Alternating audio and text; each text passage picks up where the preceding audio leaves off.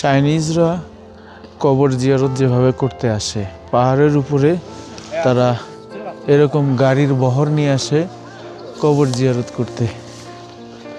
এগুলো সবই কবর এখানে, এবং এরকম একটা দুইটা গাড়ি না, 50-100টা গাড়ির বহর নিয়ে তারা কবর জিয়ারত করতে আসছে। এই সিনারি বাংলাদেশে বা পৃথিবীর অন্য দেশে খুব কমই দেখা যায়। আমরা একটু দেখি সামনের দিকে। এই যে একদম উপরে ওঠার যে রাস্তা ব্লক হয়ে গেছে, পাহাড়ের উপরে ওঠার রাস্তা, এবং এইভাবে গাড়ি নিয়েই তারা কবর জিয়ারত করতে আসে।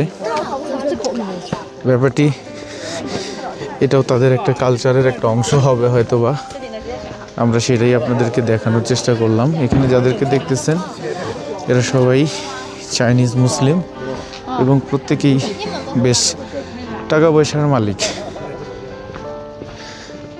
আমরা দেখি,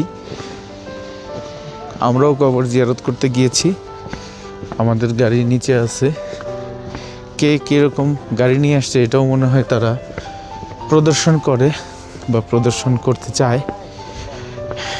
এটার ব্যাপারেই এখানে ইমাম সাহেবের যে ইনস্ট্রাকশন ছিল যে ধন সম্পদ প্রদর্শনের চেয়ে আপনার ছেলে মেয়ে কতটুকু লেখাপড়া করছে, কতটুকু কোরআন তেলাওয়াত করতে পারে, কতটুকু কাজ করতে পারে আপনার জন্য, কতটুকু দোয়া করতে পারে, এটা হচ্ছে ইম্পর্টেন্ট ফ্যাক্ট।